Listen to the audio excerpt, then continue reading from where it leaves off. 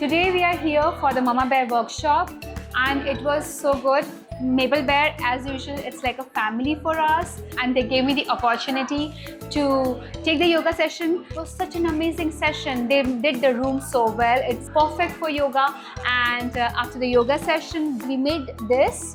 So it's like a bouquet that we get to make with our kids, and it was so nice. We both enjoyed it, right? So it's a very good combination. First, we started with us to get energized, and then we spent time with our little ones. You see, we made this kind of compositions, which was a really nice one. Very nice, colorful with flower petals and greeneries. It was a great little way to connect and do some fun activities with my daughters, and this is something that they made for me. And thank you so much for today.